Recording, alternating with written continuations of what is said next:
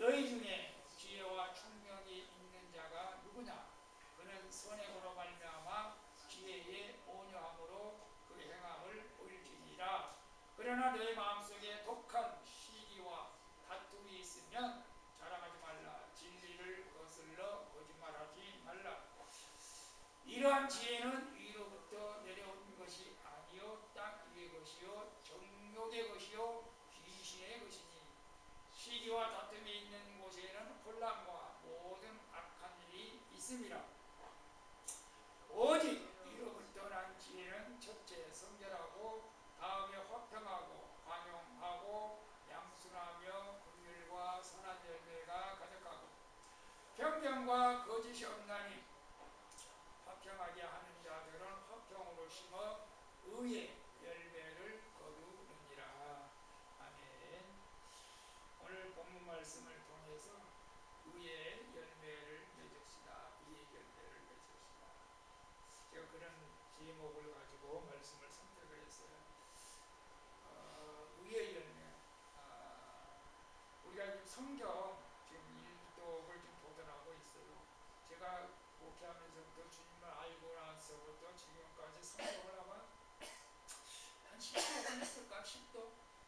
많이 한 건 아니죠. 10년이 넘었으니까 10도 이상을 했겠지만 우리 권사님 보니까 벌써 금년에 2독 했다 보니까 좀 깜짝 놀랐어요. 2독 쉽지 않습니다. 1독 하기도 바쁜데 축하드립니다. 2독 정말 많이 하신 것입니다. 1년에 3독을 하려고 하면 하루에 8시간씩이거든요. 8시간을 읽고 5시간 이상 읽어야 돼서 3독을 하고.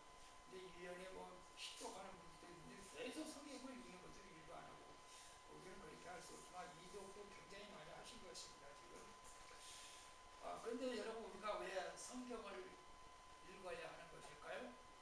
여러 가지가 이유가 있어요. 하나님을 만나기 위해서도 읽어야 되고 하나님을 알기 위해서도 읽어야 되고 또 우리가 말씀을 가지고 마귀를 대적하기 위해서 말씀을 또 알아야 됩니다. 또 말씀을 통해서 우리가 예수님을 만나고 하나님을 만나죠. 그런 여러 가지 이유가 있지만 또 하나 중요한 이유는 하나님의 성품을 우리가 닮아가기 위해서 우리가 성경을 읽는다는 거예요. 하나님의 성품. 자녀들은 이제 부모의 성격을 닮잖아요.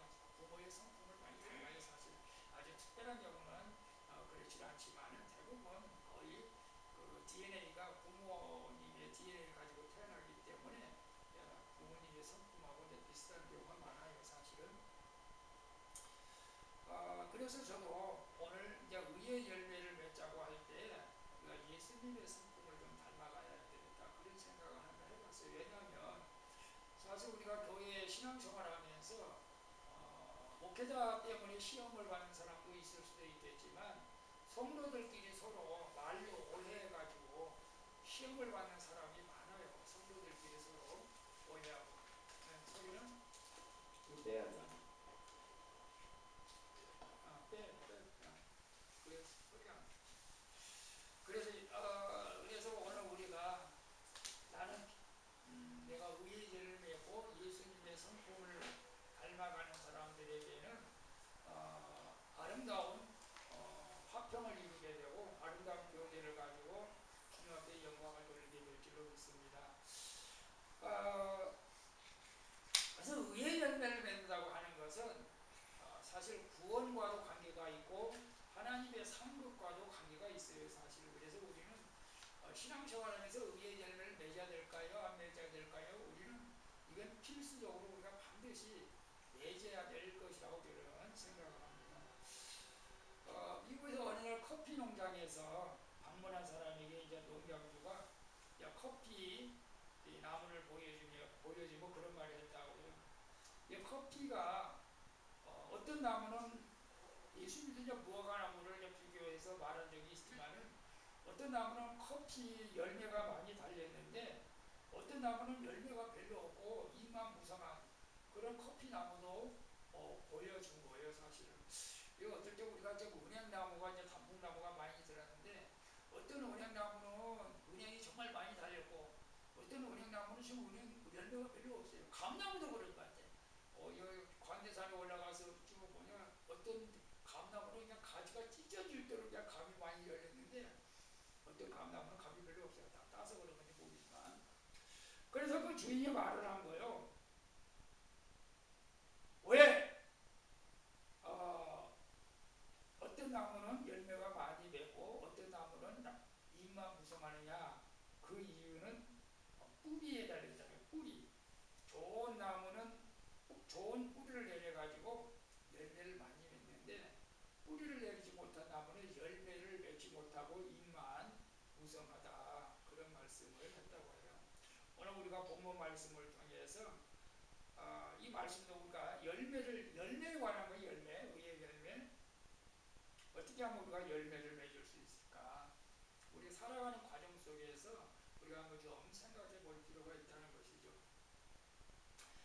여러분, 우리가 세상 가치관과 세상 기준하고 우리가 신앙생활하는 그 기준하고는 다릅니다. 그죠? 다를 수밖에 없죠. 세상 가치관은 어떤 성과를 그러니까 성과를 가지고 열매를 맺었다고 할 때가 많습니다. 성과.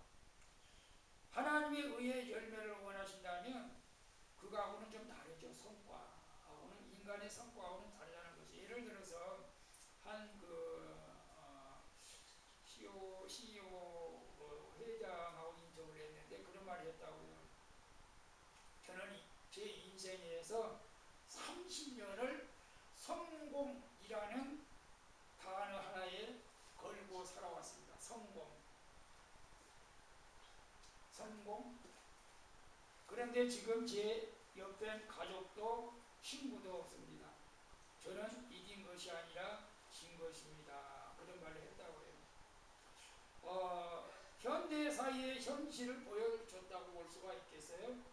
세상은 성과의 열매, 이익의 열매를 추구한다는 것이죠. 세상 그렇잖아요, 사실. 하나님의 의의 열매는 그와 다르다는 것을 오늘 여러분에게 말씀을 드리려고 합니다.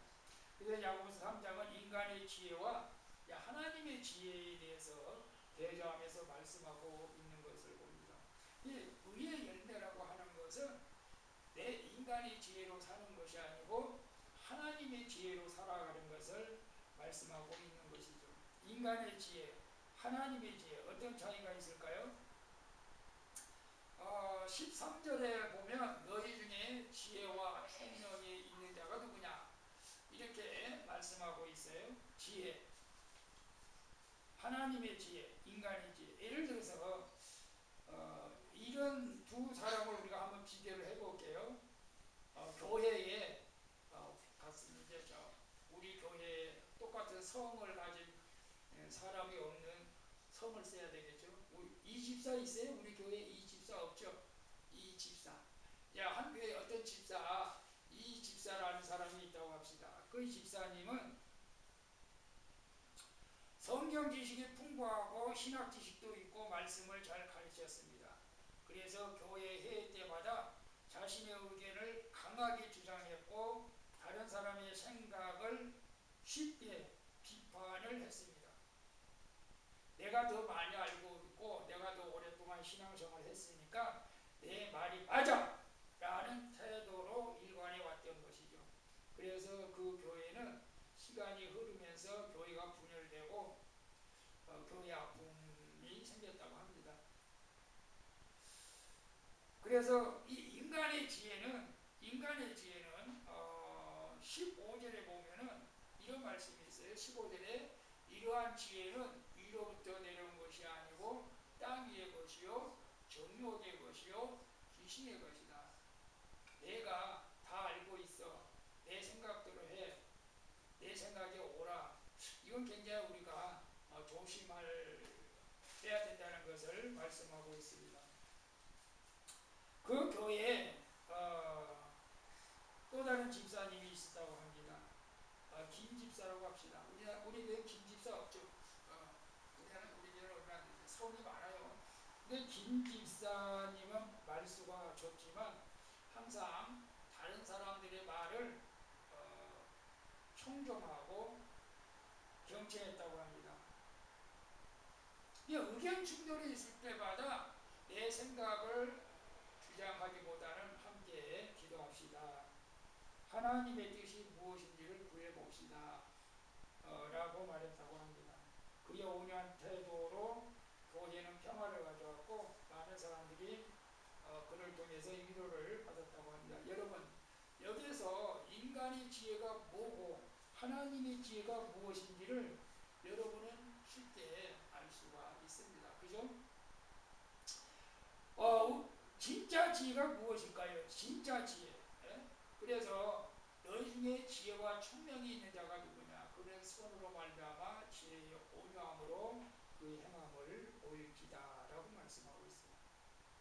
진짜 지혜가 있다면, 진짜 지혜가 있다면 그 온유함으로 그 행함을 보이라 말씀하고 있어요. 여러분 직장생활 하다 보면 이런 일이 있을 수가 있어요. 직장에서 이제 승진의 기회가 있을 수가 있잖아요. 승진의 기회가 양지경력도 이제 그런 기회가 올 줄로 믿습니다. 서울의 한 대기업에 다니는 이제 다 예화를 내는 거야. 박 과장, 우리 박씨 없죠? 박 과장이 승진 기회가 왔을 때 같은 팀에 있는 이제 최대리도 같이 승진을 할 수 있는 기회가 왔다고 합니다. 근데 박 과장은 그래도 조금 위에 있어서 최대리 비리도 조금 단점을 많이 알고 있었어요. 그래서 이제 밤에 고민했다. 이번에 내가 승진해야 되는데 저 최대리 단점을 실수를 상사에게 알릴까? 그러면 내가 쉽게 승진할 수 있을 텐데 이런 마음이 있을 수가 있죠. 사람마다. 그죠? 내가 승진해야지 저 사람이 나보다 밑에 사람들 승진하기 놔둘 수는 없지. 그래서 그 마음에 이런 시기와 다툼이 있었어요. 누구나 그럴 수도 있습니다. 근데 이런 사람이 있는 사람들에게 성경은 14절에 뭐라고 말해요? 그러나 너희 마음속에 독한 시기와 다툼이 있으면 자랑하지 말라. 진리를 거슬려 거짓말하지 말라고 말씀하고 있어요. 이것은 땅의 것이다. 정욕의 것이다. 귀신의 것이다. 이렇게 말씀하고 있어요. 그래서 마음을 바꿔서 나중에 최대리의 그 좋은 점을 상사에게 말을 했다고 해요. 그래 결국은 최대리가 승진했겠죠. 근데 그 다음에 박 과장은 더 좋은 분위기 속에서 더 좋게 승진했다. 그런 예화가 있어요. 사실은. 이게 우리가 하나님의 지혜대로 살다 보면은 처음에는 손해본 것 같지만 결과적으로 하나님께서 손해보지 않게 하신다는 것을 우리는 알아야 돼요. 네가 지혜가 있느냐 총명이 있느냐 선행으로 행함을 보여야 된다. 우리 시기 질투, 우리 교회에서 우리 가정에서도 그런 일이 있어서는 안 되고 직장에서도 그런 일이 있어서는 안 되겠지만 교회 안에서는 더더군다나 시기 질투 이런 것이 있으면 정말 안 된다는 것이죠. 거짓된 지혜의 열매를 시기와 다툼이라고 야고보서는 말씀하고 있어요. 이런 단순한 감정의 문제가 아니라 감정의 문제가 아니라 영적 병이라는 것이죠. 영적 병. 거짓된 지혜는 자기 중심의 사고를 강화시켜서 공동체를 교회 공동체를 파괴시키는 것이죠. 그래서 우리는 누군가가 잘 되면 축복해야 되는데 그러지 못해서 시기하고 질투하고 그렇게 왜 나는 안 되지? 왜 난 너도 못보나 안 맞지? 나는 왜 합격 못하고 왜 불합격했지? 이게만 남이 합격한 것을 우리가 진심으로 축하해 주는 사람이 하나님의 지혜를 가진 자인 줄로 믿습니다. 아멘. 사탄의 가장 강력한 무기가 바로 시기 질투라는 거예요.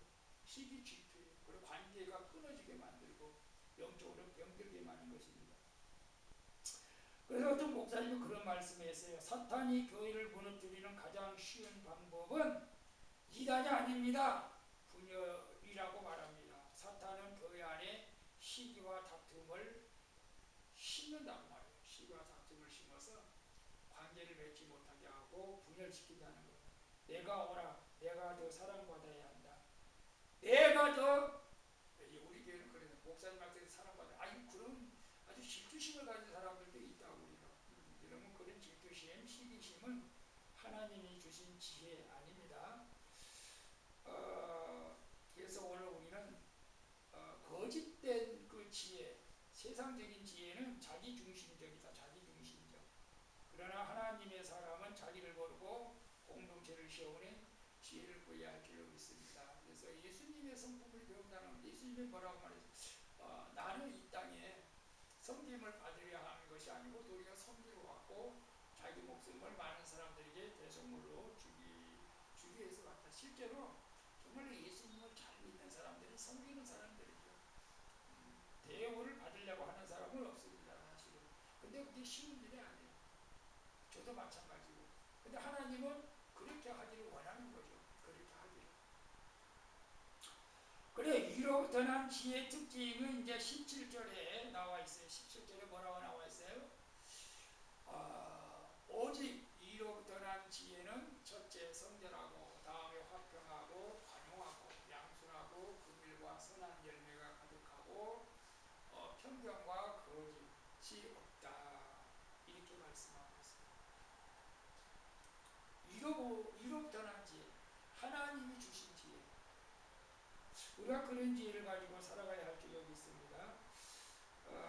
사실 저는 이제 그 뭐죠?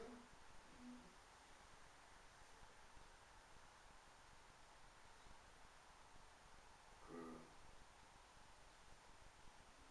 어느 대학병원에 호스피스 병동에, 호스피스 병동은 말기암 환자들이 많이 와서 치료받는 사람들이죠. 그 병동에 10년간 봉사해온 권사님의 이야기가 있습니다. 그 권사님은 임종을 앞두고 환자들을 돌보며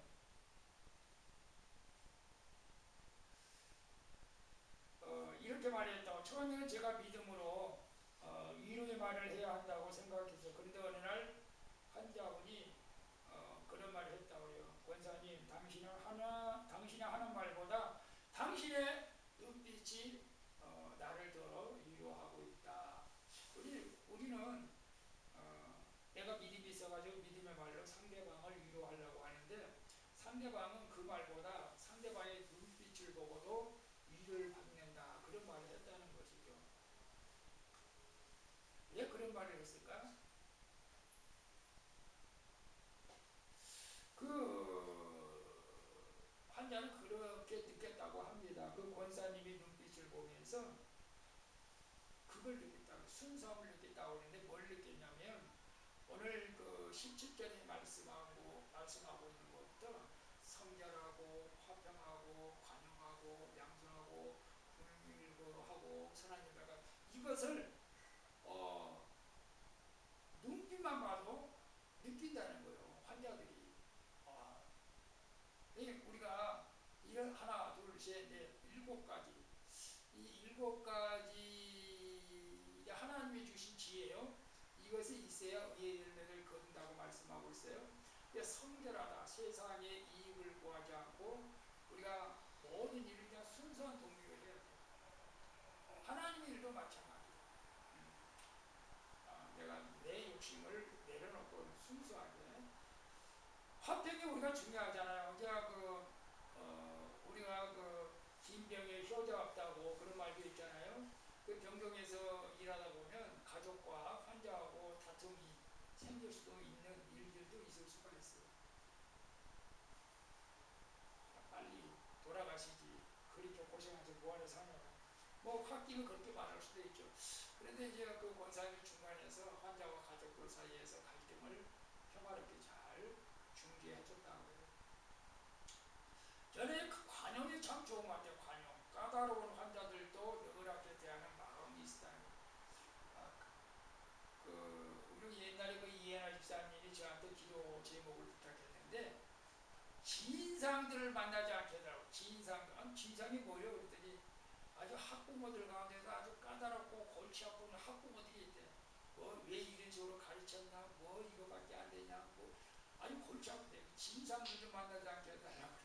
우리는 그런 진상들이 만나도 우리 관용을 베풀 수 있는 넓은 마음을 가져야 되는데, 저도 참 부족한 부분이 많죠. 여러분 마음이 얼마나 넓을까요? 하늘보다 높고 그런 마음을 가져야 된다는 거죠. 우리는 너무 속 좁은 마음을 가지고 상대방을 쉽게 판단하고 오해할 때가 많아요. 이런 관용, 우리 관용, 모든 사람을 우리가 너그럽게 대하는 마음이 중요하고, 양순함, 목자의 말에 반항하지 않고 순종하는 태도. 물론 여기서 의사와 간호사의 말에 또 순종하는 의미도 있겠죠. 거기서 병실에서 이렇게 봉사하다 보니까. 여러분, 이 양순하다고 하는 것은 정말로 그 양처럼 아기가 없어. 나는 우리 사모님을 생각했어. 우리 사모님이 아기가 없어. 양순하다, 양순하다. 여러분 어때요? 누가 참 양들을 보시면 제가 오늘 말씀을 어저께도 그 김재원 장로님이 김재원 장로님이 그러셨나? 그 양을 그뭐 400마리 키우는데 양 이름이 다 있다고 400마리가 다 이름이 다 있다고 그러잖아요. 양을 이름들 부른데 그 양이 자기 이름을 알고 온다는 거죠. 실제적으로 요한복음 10장에 오늘 성경을 읽을 때 그 말씀이 있어요. 내가 양의 이름을 부르고 온다는 거예요. 예수님이 그렇게 말씀하셨어요. 오늘 성경 읽어보세요. 양 10장에 그렇게 나왔어요. 근데 양이 자기 이름이 있대. 우리 양의 이름은 어떻게 지을까요? 갑자기 생각이 안 나요. 뭐 짤수나 그렇게 했을까? 소라야 그렇게 했을까? 순종아 그렇게 했을까? 순종아 그러고 양이 귀를 쫑긋 대고 듣는다는 거지. 그러면서 온다는 거지. 그러면서 젖을 짤 때 순번대로 다 이렇게 줄을 세운다는 거예요. 그리고 양은 참 정말로 목을 베잖아요. 양을 주식으로 먹잖아요. 주식으로 먹으면 칼로 목을 자르잖아요. 근데도 아무런 표정 못 펴져. 두려움이 없어. 그런 좀 반항하지 않는 그런 양순함. 오늘 우리가 그런 것이 참 중요하다. 그리고 긍휼, 고통받는 이들에 대한 동정심, 어려운 사람들에게 좀 동정심을 깊은 동정을 가져야 합니다. 선한 열매, 수많은 환자들이 그녀를 통해서 평안함을 얻을 수 있도록 많이 수고하고 애쓰는 것이죠. 사실 병실에서 일하다 보면은 자기가 해도 되고 안 해도 되고 할 일도 있을 거예요. 그러나 내가 하지 않을 일도 내가 기꺼이 해서 이런 일들을 할 때 이런 아름다운 열매를 맺게 되는 것이죠. 사실은 굉장히 많죠. 병원에 써다 보면 이건 내가 할 일이 아닌데 라고 핑계칠 수도 있어요. 교회에서도 마찬가지죠.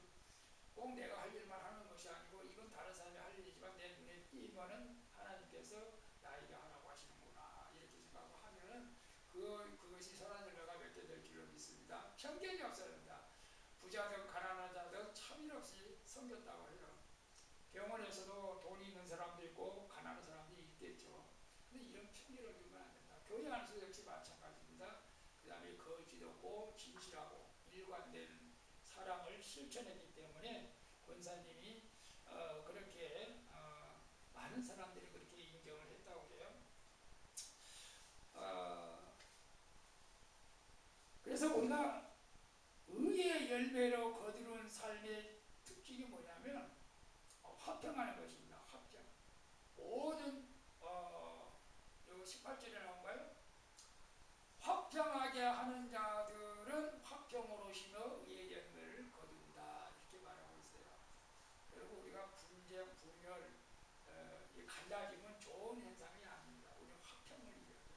성도들 간에도 화평을 이루어야 되고 가족 간에도 화평을 이루어야 할 줄로 믿습니다. 화평하는 것을 하나님께서는 가장 기뻐하시는 거죠.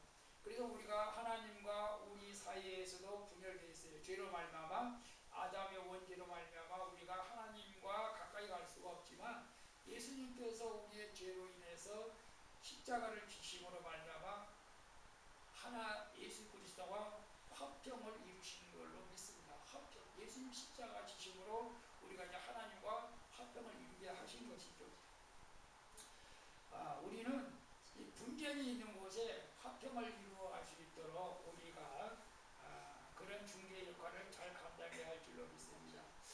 미국의 한 작은 마을에서 실제로 있었던 얘기라고 합니다.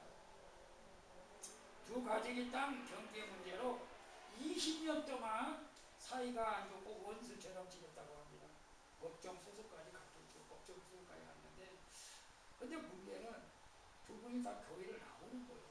그래서 안타깝잖아요. 교회 나오는데 이게 땅 경계선 문제 때문에 이게 계속 풀리지 않는 거예요. 이게 여기까지가 내 땅이고 저기 제가 저기 휴전선 우리 무슨 갑자기 생각이 안 나는데 저번에 우리 도예 때 그 전망대 갔다 왔잖아요. 북한이 보이는데 무슨 전망대 갑자기 생각이 안 나는데 그거 전망대에 가서 딱 이렇게 보니까 군인 38선이 있잖아. 38선 분계선이 있는데 북한에서는 더 땡겨왔어. 1.5km 가까이 땡겨서 자기들 거기다가 이렇게 휴전선을 쳐놓은 거지. 야, 북한 사람들 참 나쁜 사람이고. 이제 유엔에서 이게 38선이니까 양쪽으로 4km씩 떨어져서 이제 저희 경계선을 만들어놨는데 북한에서 자기들은 2km 들어오고요. 북한 사람들이 그래놓고 자기들 막아는 거야. 참 우리나라는 그래도 우리나라 조금 더 진격한 부분도 있는데 말을 안 들어. 그러니까 여기까지가 내 땅이고 당신 땅이 아니다. 그런 이제 경계선이 있잖아요. 서로 싸우는 거지. 법정에서 소송이 들어갔는데 그래서 목사님이 그 문제를 가지고 6개월 동안 기도했다고 해요. 기도했는데 두 가정을 이제 불러 세워서 얘기를 한 거죠. 화평에 대해서 목사님이 얘기를 많이 했겠죠. 성경 구절을 들어서. 그래서 참 놀랍게 그 두 가정이 화평을 이뤘다고 해요. 이게 기도의 능력이죠. 사실은 그냥 기도하지 않고 해서 우리 일이 이루어질 수가 없습니다. 그래서 두 가족이 화해했고 그들은 그 가족 묻게 된 땅을 하나님 앞에 드렸다고 해요. 교회의 부지로 드려가지고 실제로 그곳에 교회를 세우고 화평 교회하고 이름을 줬다고 합니다. 그래서 많은 사람이 그곳에 예수를 영접했다고 해요. 실제로 그래요. 그러니까 의의 열매는 화평하는 자들이 화평을 심어 의의 열매로 거둔다. 여러분 군대에 있는 곳에 화평의 도구로 여러분이 쓰임받기를 축복합니다. 그래서 우리 사랑하는 성도 여러분, 오늘 우리가 살펴본 예화들을 통해 여러분 한번 기억하시기를 바랍니다. 진정한 지혜는 열매를 증명한다고 했죠. 교회의 긴 집사처럼 온유하고 선하고 나타난 지혜. 땅의 지혜는 혼란을 낳습니다.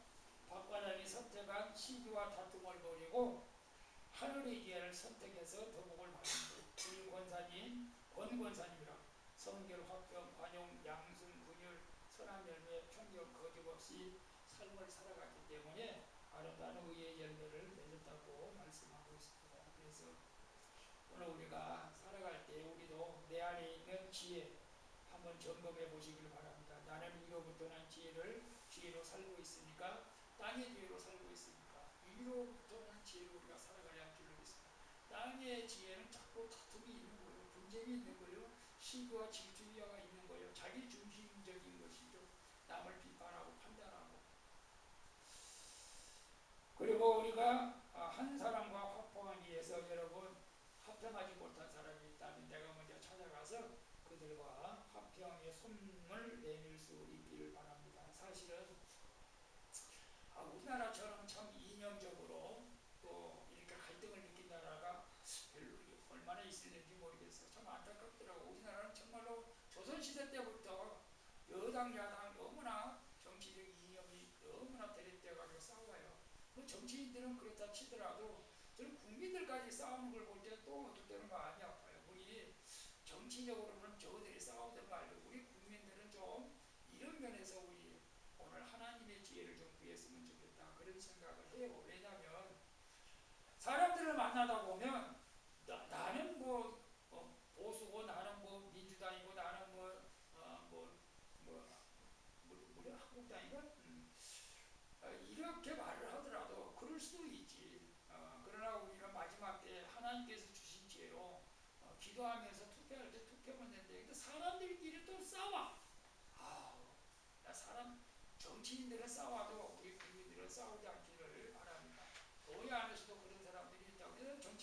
일을 안 하려고 그러잖아. 정치적인 말을 하는데 참 목회자들이 완전히 이제 민주당 쪽으로 가는 목회자들은 거의 없지만 보수파 목회자들은 좀 있어요 사실은. 근데 그 교회 목사 선배들은 다도 보수주의인가 봐 사실은.